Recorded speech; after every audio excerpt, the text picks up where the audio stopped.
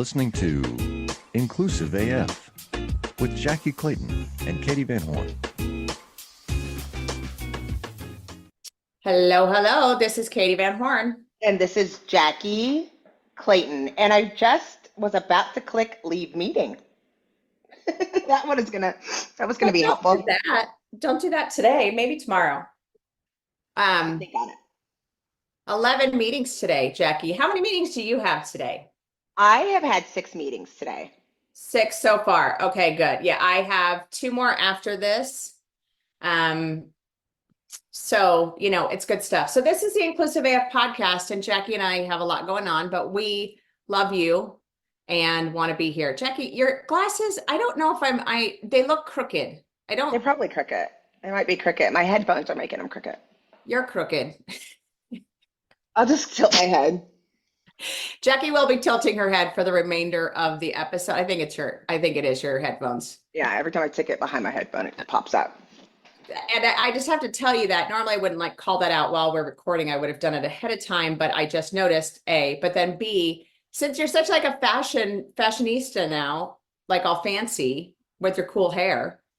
Yep. To call it out and be like, listen, Missy, get it together. I'm going to change careers as fashion model. Yes. Okay, so I have a couple of topics for today I would like to discuss. Yes.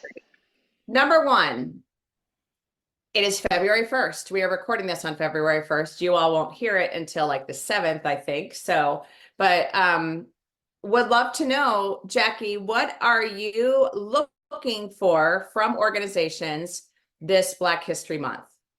I don't know what all organizations are. I just feel but I could tell you. No, what are you looking for from organizations? What would make you feel yep, they get it?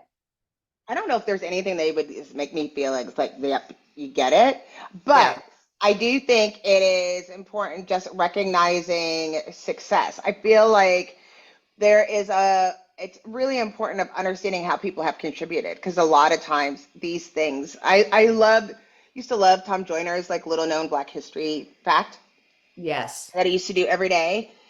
There are lots of things that are coming out of that. And so I think it's time to celebrate people and know what the contributions that might have gotten left out as much as possible, especially within the industries, because it's in every industry. Whatever industry you're in, you can find people.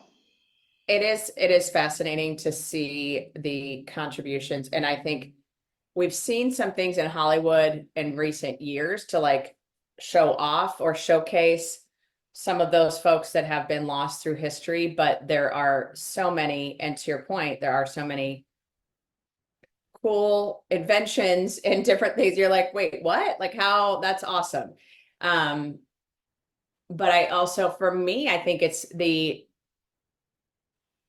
how are they actually showing up from a numbers perspective, and how are they I don't honestly, I won't say I don't care.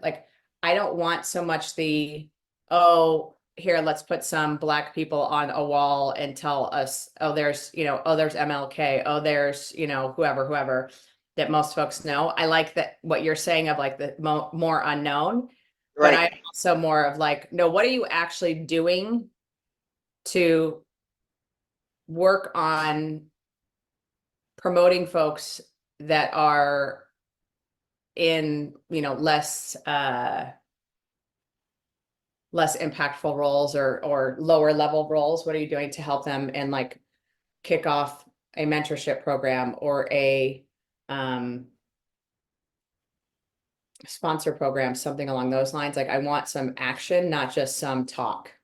Yeah, but I don't want that just for Black History Month. But that should be the beginning of the conversation. I would hate for someone to be only in February. No, 100% agree. But I think it's the the highlight that you're talking about of unknown. I also would like them to highlight people in the company that have done great things, that are people of color. And I think that's the piece that is also missing is there are so many folks that have been with companies forever and ever and keep the lights on and are leading great projects and are doing amazing things and so highlighting that would also be amazing.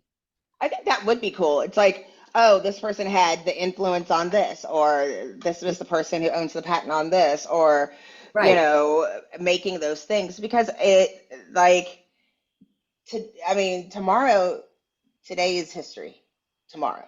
Like, Yeah. it doesn't have to be all, you don't have to go that far to find the history of what we find significant and recognizing the contributions. I think that has, I would love that, especially at those organizations that have been around forever, Mm-hmm. like your JP Morgan Chases.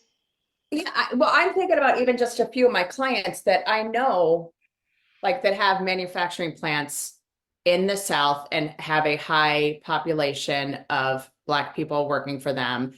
And they are, 20 years, tenure, 15 years, tenure, all of these things. And again, like they're keeping the lights on and they've contributed in such a way that it's like, oh, that thing we do in this process? Oh, that was because of Jackye. That was because Mhm. of whoever. So I also like, I think it's just acknowledging the hard work and the impact that folks have made. That's my Yep. my 2 cents on the matter. I think Uh, that was a nickel. That wasn't a nickel to okay, a dime. okay, that's fair. I'm feeling generous today, I guess.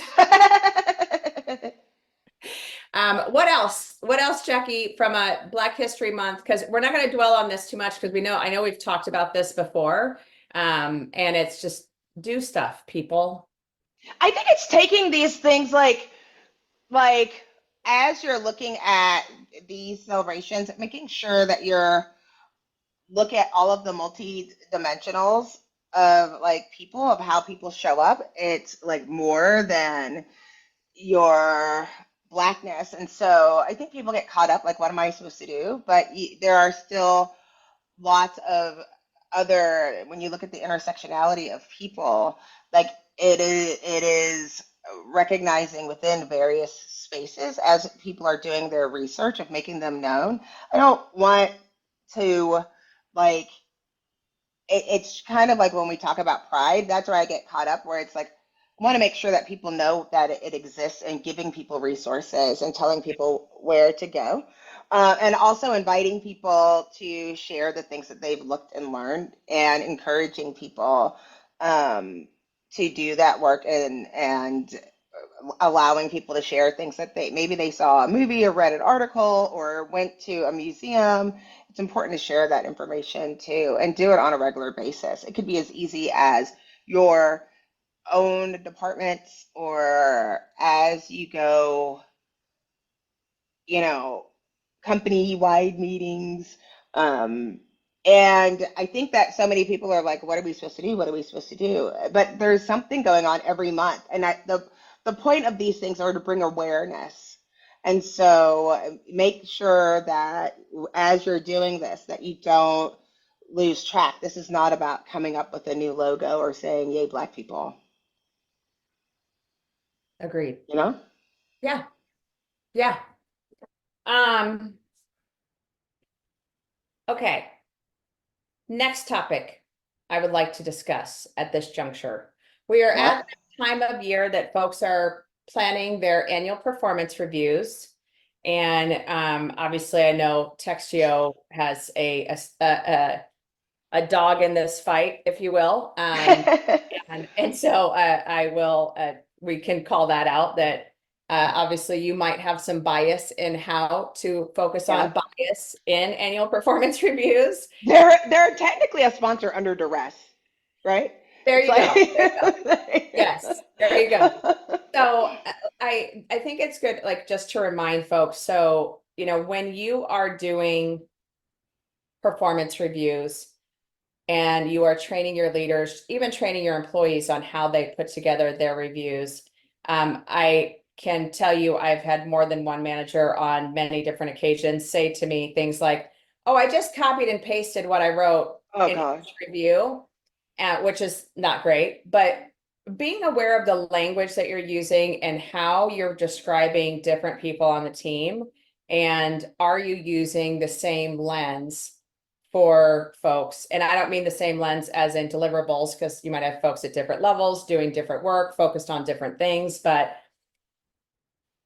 being very thoughtful. Like have had the fortune to work with the Clayton Institute, which is not called the Clayton Institute anymore, out of Stanford, and they did a review of all of our performance reviews and the language that was used by leaders, and it, you know, goes back to the same thing that we've been talking about for years and years of women, people of color are described in ways that are very much not as positive. Whereas, you know, and this is again, not to ding white men, but white men, it's normally they're very assertive, they are a go-getter, all of these things, where for women and for people of color, it's, oh, they're aggressive, they're, you know, the angry Black woman, they're the, oh, they don't get along with anyone, that type of thing. And so there's that like bias of, are the ways that we're looking at talent the same, regardless of who the person is? Let's start with this. Go. Have you updated a job description? Like, do you know what the person was hired to do? Did you hire those? What was the premise that this person was hired in the first place? I think Right. it's fascinating how people tell people that they don't do a good job and yet don't know the job that they're supposed to do in the first place. Like, start with the job description. Is it updated? Is the person been made aware of any changes? Are Right. there any gaps that this person might need to look at within the next year? Because you can't do it last year because you want to have an updated job description. This is where we're hired. This is where you came from. This is where you're going. So I want to suggest first, before you even start, make sure you understand who the people are in your department, their job titles, and the job description that they were hired under. HR, depending on the size of the company, is going to be really mad at you when you say, hey, can you print off a copy of the job description? But so be it. They have access of when the person was hired. We know the hiring dates because unfortunately, if you look across 5 years and you have 5 people, one person hired each year, they might have all been hired at a different job description, yet get the same rate of pay, or even worse, it is increased substantially, but they have the same titles. Like, save yourself some grief. Yeah. Start with that, Right. and going through so that when you use the job description as a reference point for the feedback that you're giving in reference. And that will help you in advance before you make some major mistakes and going in and saying, like, giving somebody a bad review. If you're basing it on the job description, and just make sure that doesn't have the biased language in there in the first place, so that you're giving a reference to the activity. You're judging their activity and not them personally. If you can remember that is like 50%. What happens when employees behave badly? Boy, we could do an entire TV show, maybe a Netflix special on that. Well, Ryan and I sat down and recorded episodes for FAMA, and we asked practitioners, give us your most outrageous story. The sales leader that brings cocaine to work, whatever. Just bring us the outrageous, and it is funny. So if you need a laugh, which we all do from time to time, search for workplace misconduct wherever you get your podcast, and you'll find it. And trust me, you will laugh and cry, but you'll definitely laugh. All right. Thank you. I'm going to take it a step further, Jackye. Get rid of job descriptions and have job leveling guides. And and that way you can actually look at it from the perspective of, hey, it doesn't change as much, but you can look at it from a level 1, level 2, level 3, level 4, depending on where you place that person. I hate, and I do mean hate. That's a very big word you're using. It's a very big word, and I normally wouldn't say that, but I do hate the whole concept of job descriptions, because working in HR for as long as I have, I will tell you the amount of times that they change. That's right. It's bananas. The moment that you press publish, it's wrong. And so I think that's, for me, the piece that I always come back to. So yeah, like, I don't know. But you can't have nothing. No, no, right? Like, no. Yeah.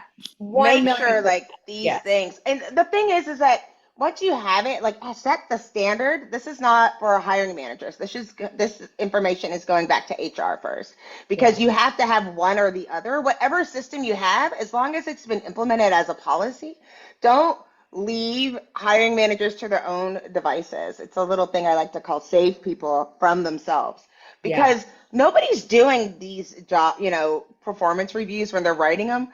It's not at 10 o'clock after a cup of coffee, like on a Tuesday. No. They're like 11:30 Sunday night. They're doing them tomorrow, and they just get worse and worse and worse, to the point where like the last one is saying, "Stay cool." Like, Right. how are they doing? Great. What do they need to change? Super, Nothing. super What good. advice do you have for the next year? Keep doing what you're doing. Right. And And scene.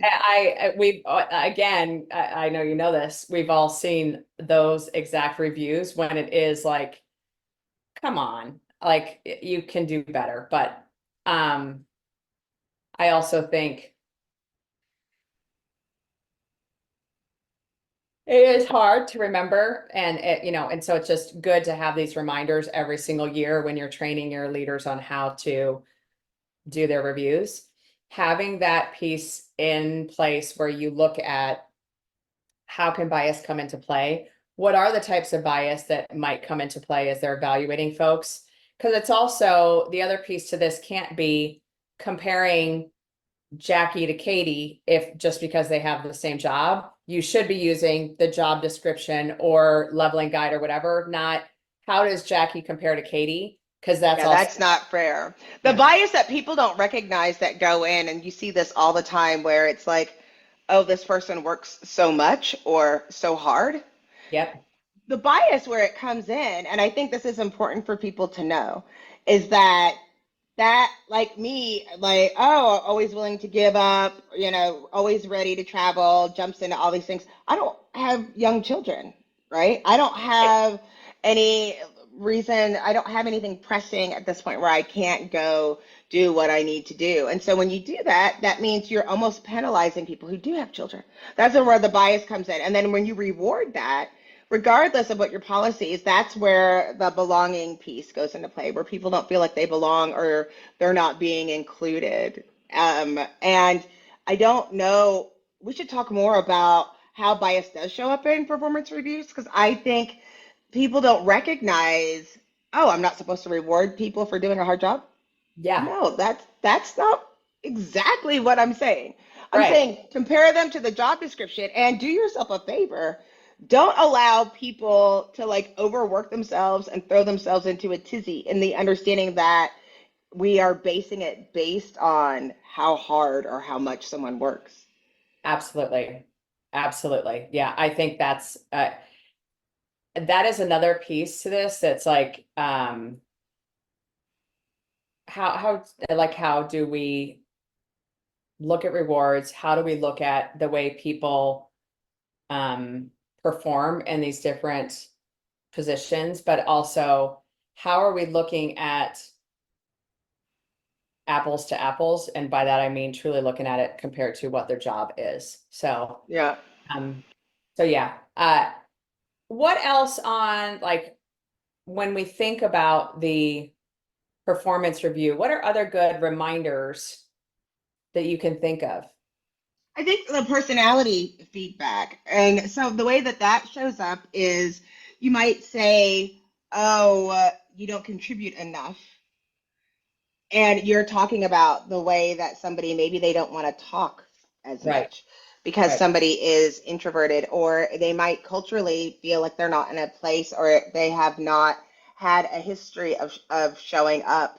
And so we're being unfair to those particular people, because that's not the job, where it's like, oh, I want you to, like, I know I promote and support people who do remote work. I've worked from home for so long, but I hate this whole, oh, you have to be on camera, or you have to be, you don't come up, I want to see your face more. Like, stop. Yeah, Let's look at the actual work based on what the assignments are. right. And why does it matter? Yeah. Um, I don't know. What else would I say? What else? What else? I've had leaders in the past who have like had a day that they basically like no meetings allowed and you just focus on writing your reviews. Yes. And they give one to the employee for a self-assessment day and then another. What I'll also tell employees is keep a brag book or a brag file, whatever you want to call it, of kudos that you've received from partners, from managers, from whomever.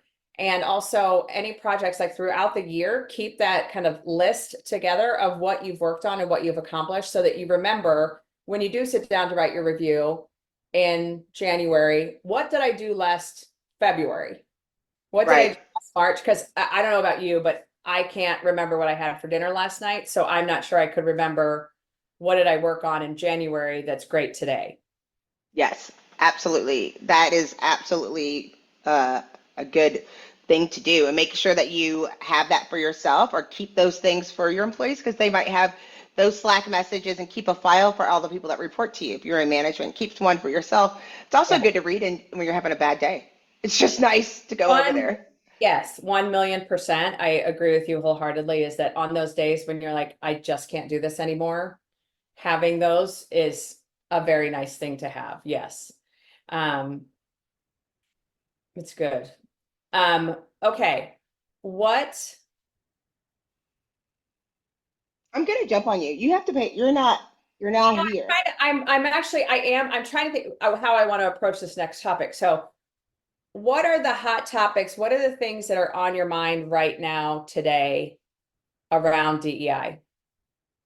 Just how we should look at it and putting those things together. I mean, I think there are four, like that's three different letters, and we've put them all together, and they don't work at the same pace or at the same time, and people in departments are at different levels. Yep. It's like health and fitness.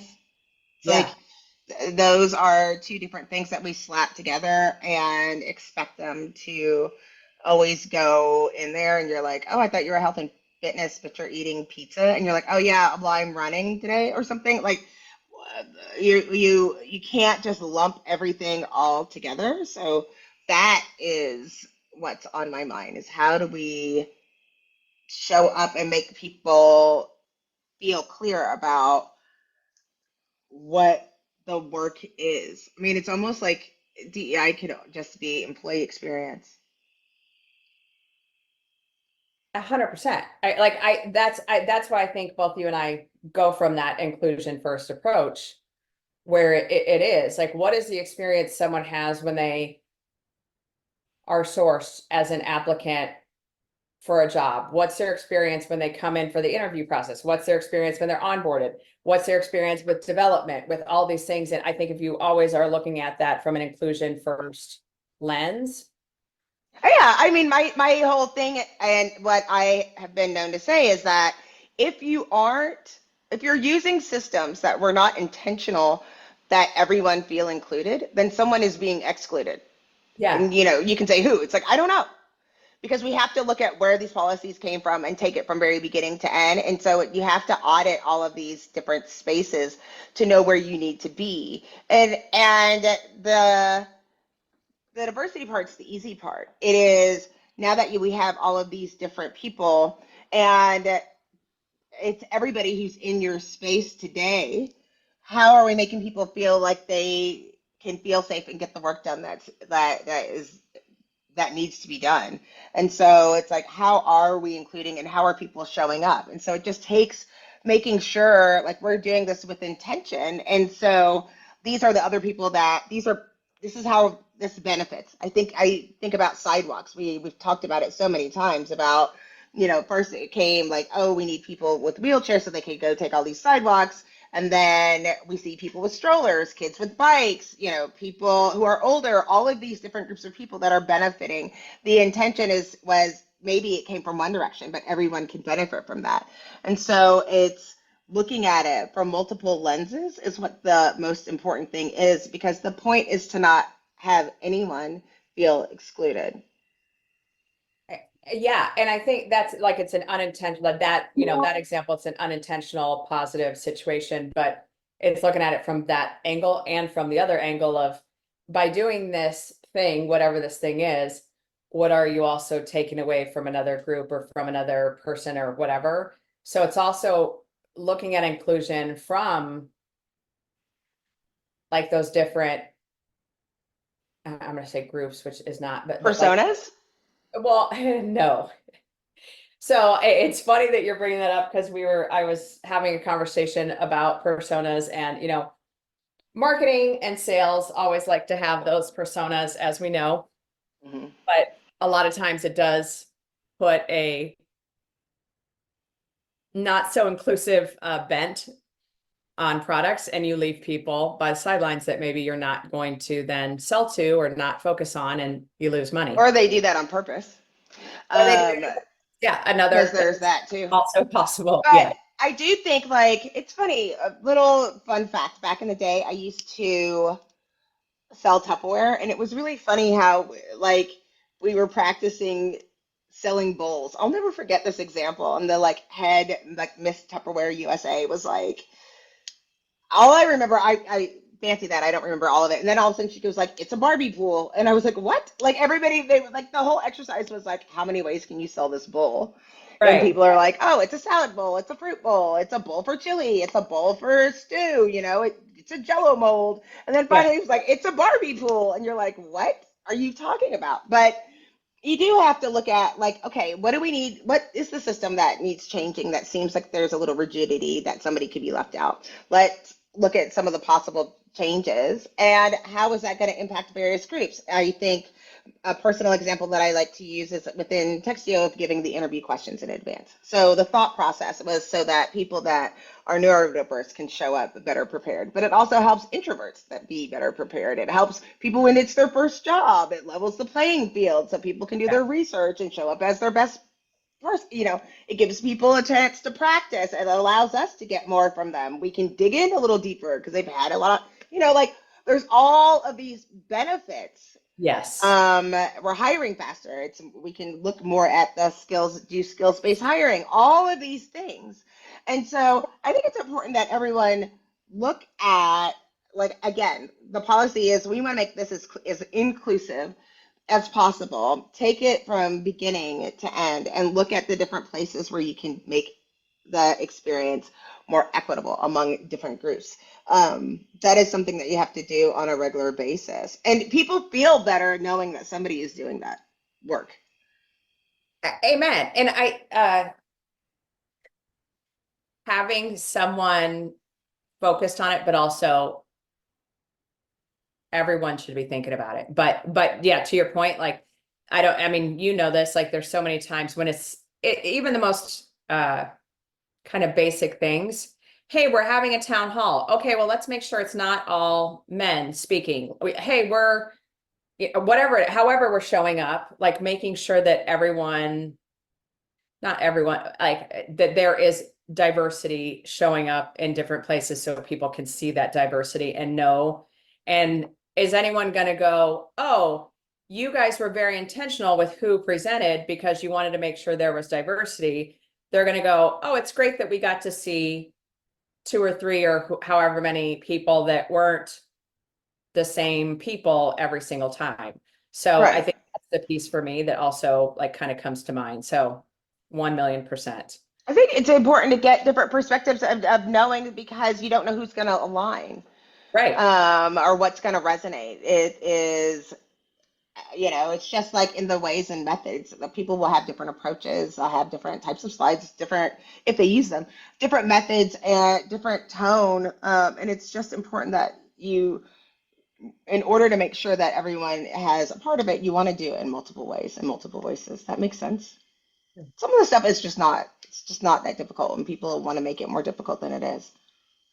Well, so that actually brings me to another point where you and I have talked about this multiple times, and I think it's just a good reminder as well at this time of year when you are gearing up for different months that are, history months, or how do we do this the right way, that type of thing.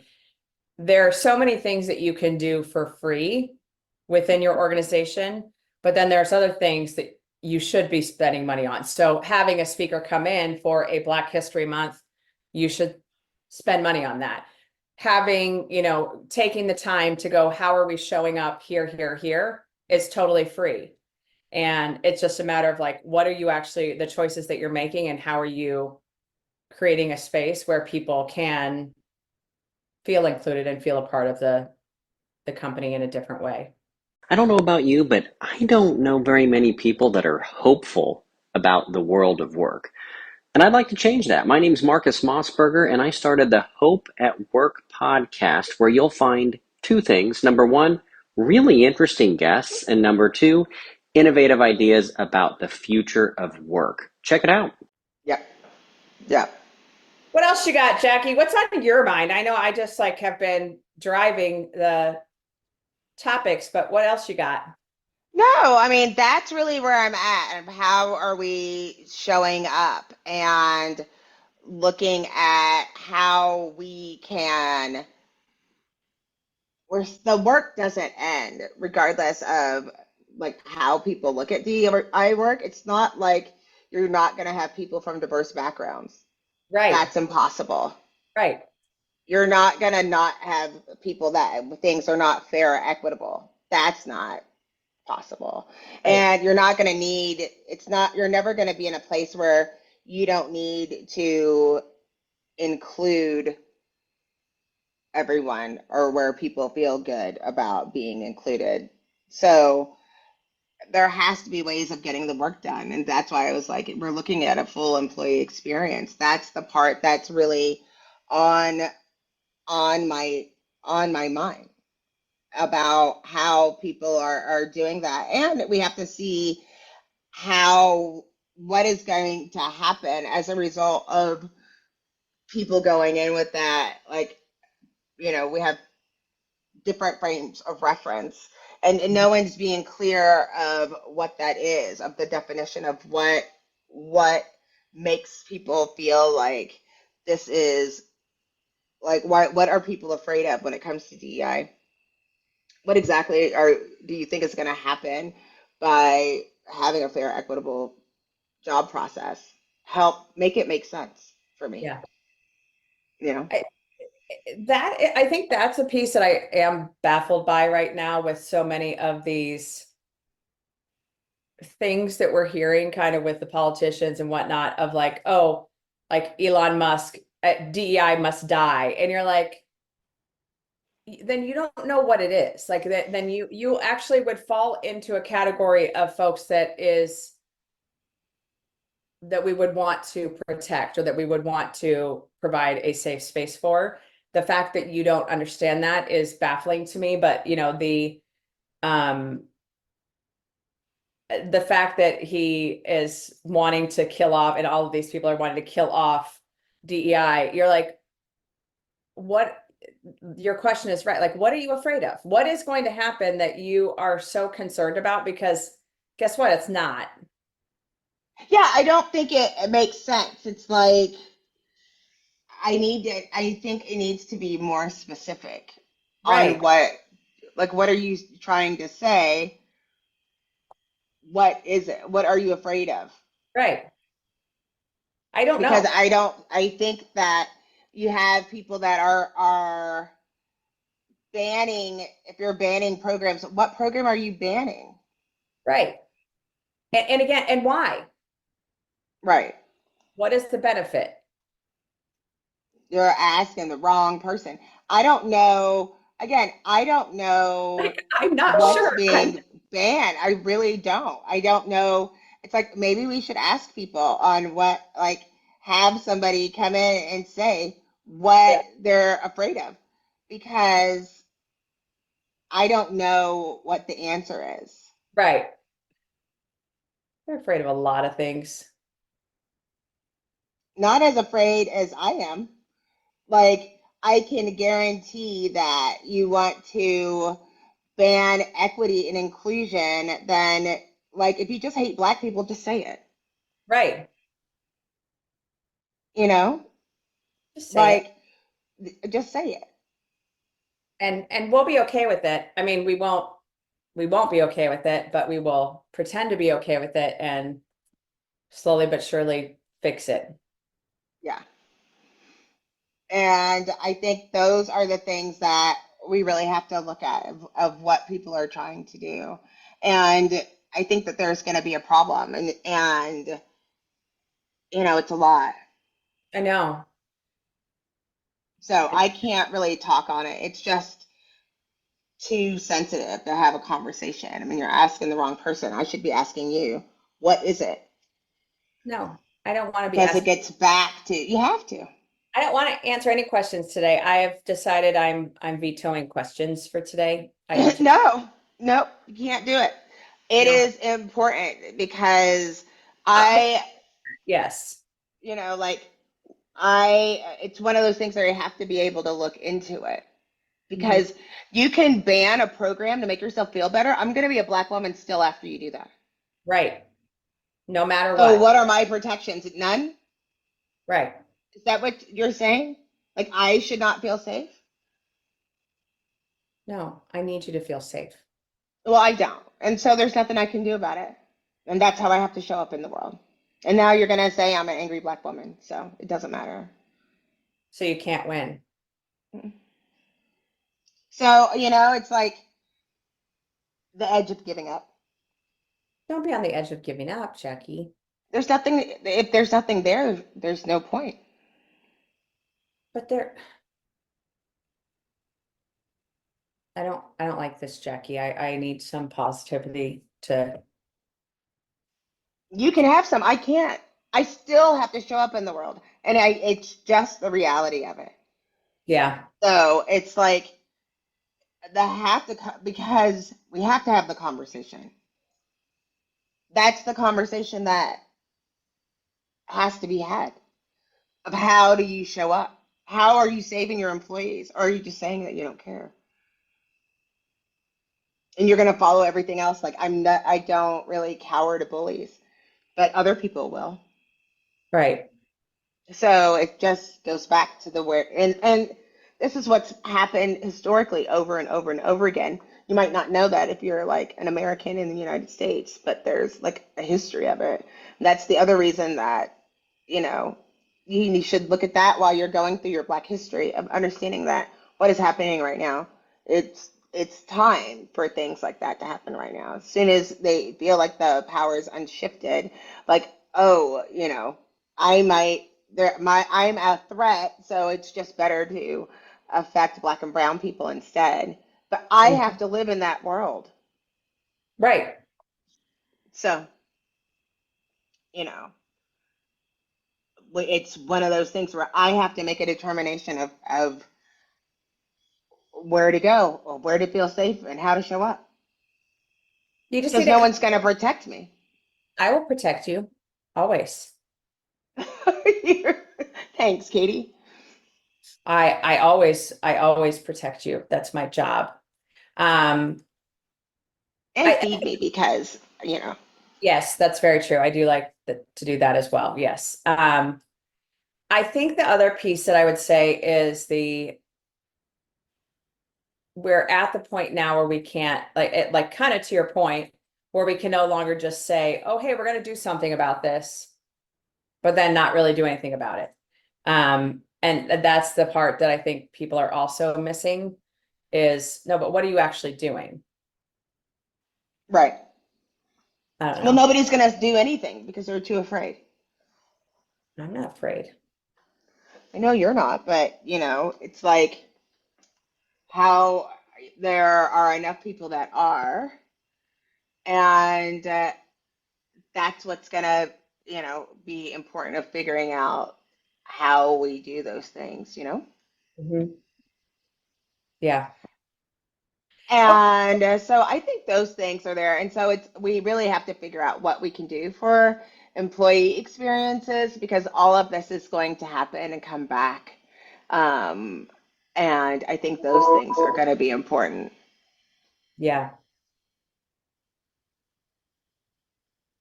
And we just have to keep plugging along was the other one I would say, because I think that's the other piece that I feel like we're at this point of exhaustion about everything, and we have to keep pushing, and Someone does.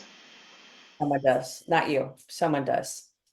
No, I I, mean, just in general, it's like somebody's gonna have to figure out those things, and it's like I don't know who it's going to be, but it has to be more than one person, right? it does. And that's the kicker where people are going to be looking to people like us of like, how can I do that? And the answer is figure it out. The answer is let's talk about it. Let's continue talking about it, I think, because Yeah. that's the other piece. I don't think there's a one and done answer, as you know, as we all know. No, there's not. I mean, and everybody's at different levels, and their companies are at different spots, Yeah, and the impact is yeah. different. Penny would like to say hello. By jumping on top of my tummy. I love you. Yes, I love you. Okay. Y'all can't see this if you're just listening, but Katie just got mauled by a dog. It's got, it's true love. She loves me. She loves me the most. All right. So, Jackye, what are you looking forward to this week? What's coming up for you? What's exciting? Well, I'm going to go running on Saturday. I actually ran this past week. I'm kind of excited about it. It was actually kind of fun. The weather has been lovely here. So I've been spending time outside. Wait, it has to be coming. It has to be coming your way because I've got overcast, nasty stuff. I'm sending it to you. It can't stay here. I'm sick of it. Good. You I have like. anything exciting planned? I mean, I'm waiting for Galentine's. I'm excited about Galentine's.